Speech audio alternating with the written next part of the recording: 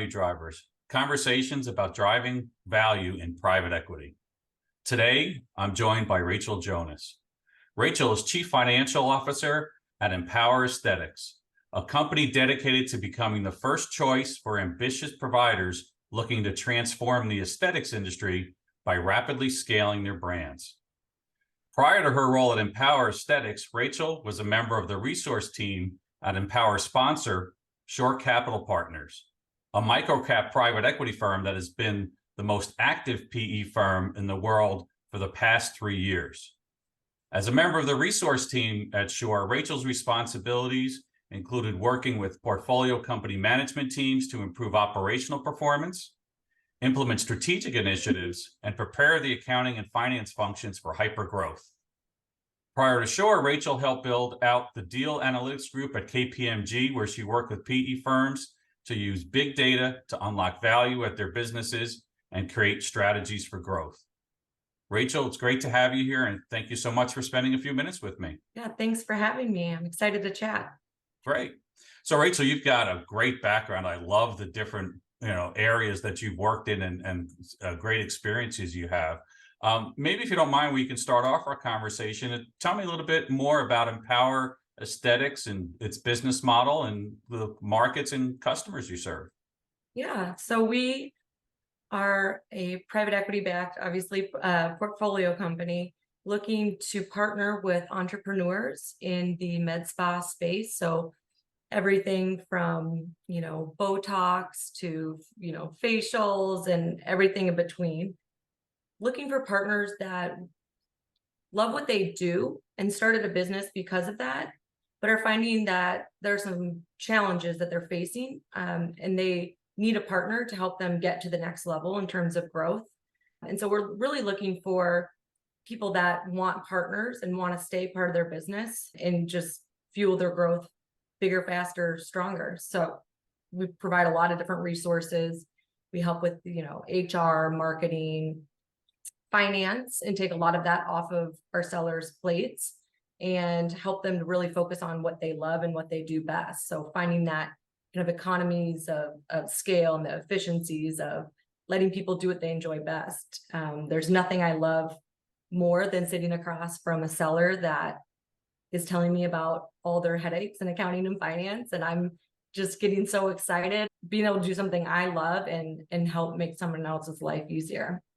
Well, that's amazing. It sounds like a great service and a great connection you have with your clients. So congratulations on that business. That's fantastic.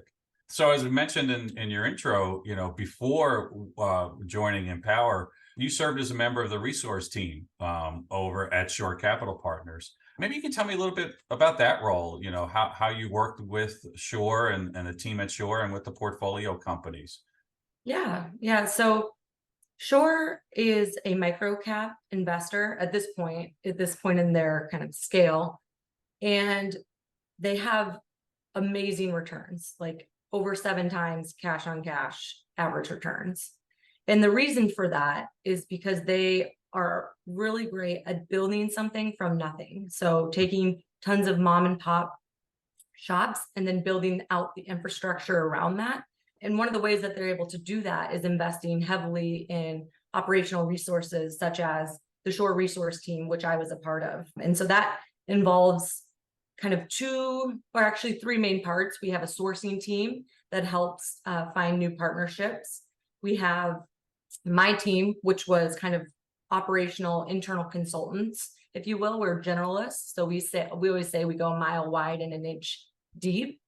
Except for, I would say, in the areas of accounting finance, we really go deep there. We kind of acted as the center of excellence in accounting finance, most of us coming out of Big 4 accounting firms in transaction advisory. Mm-hmm. And the other component of the Shore resource team are the centers of excellence.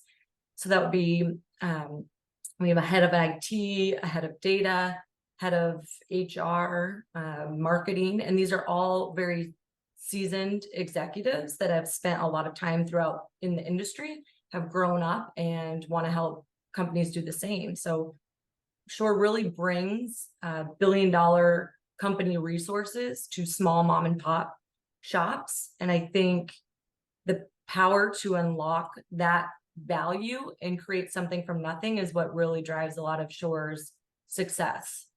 Part of the thing that the Shore resource, specifically, our operational unit, we would spend about half of our time working on a 100-day plan. So driving value by spending about 100, like it sounds, 100 days with the portfolio companies and walking through a number of kind of bespoke different steps to get these companies ready for this hyper growth scale.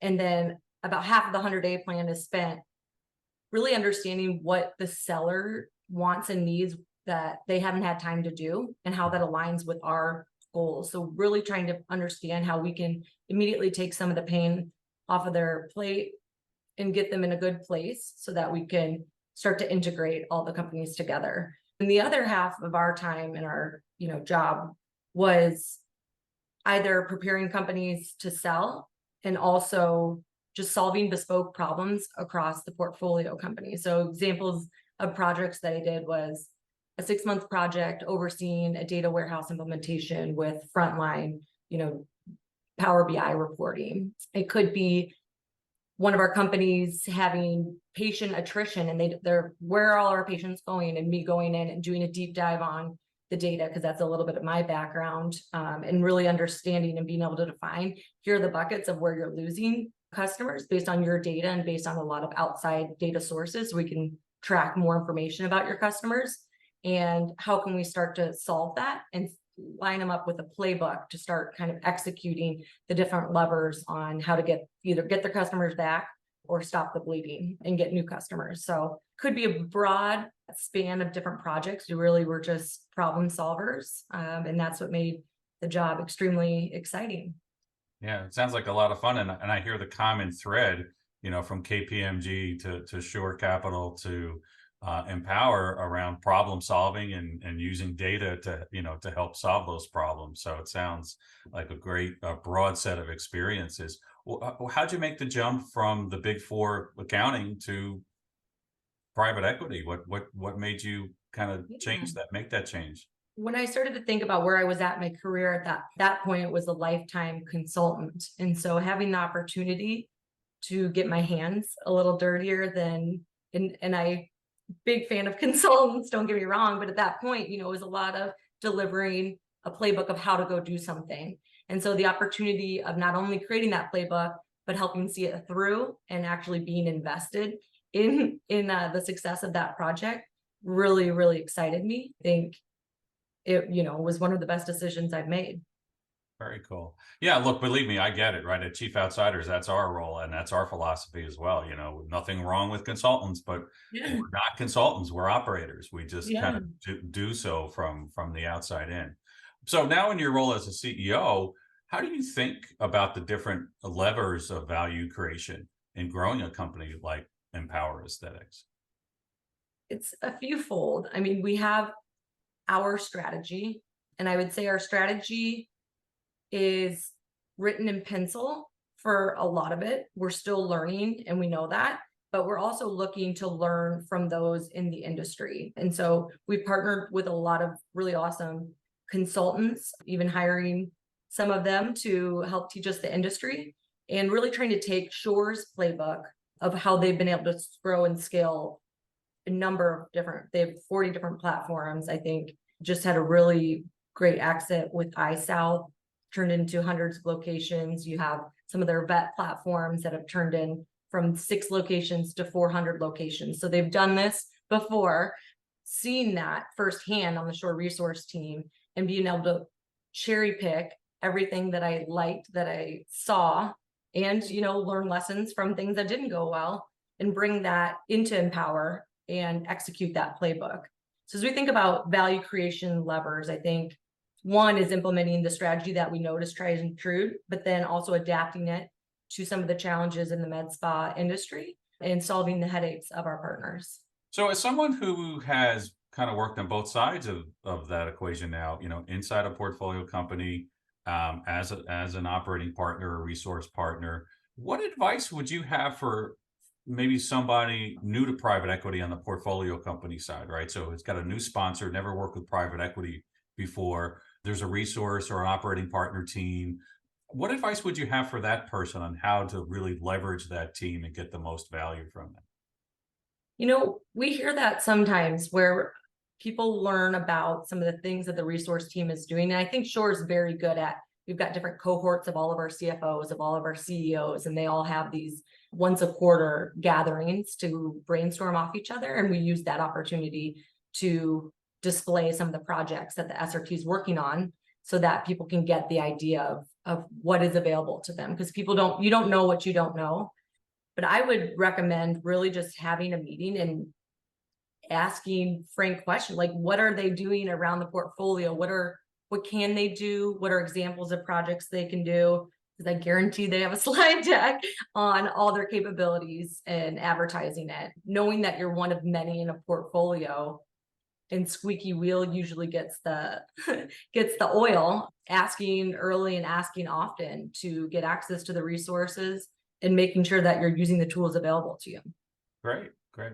Any final words of wisdom, maybe for someone looking to get into the private equity world as an operating partner or resource partner, someone, maybe who's got a similar background in consulting or, as an operating executive who now wants to make that move? How might they get started? I would say the biggest thing is networking. One thing I've learned in the private equity world is everybody knows like that's how relationships are formed and usually how people find others.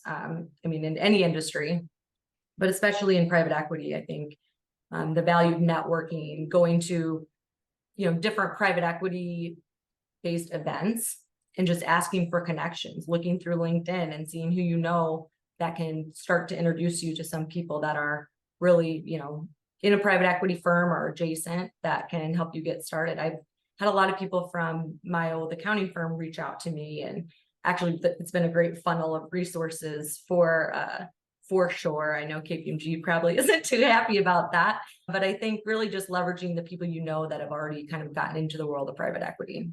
Excellent, excellent.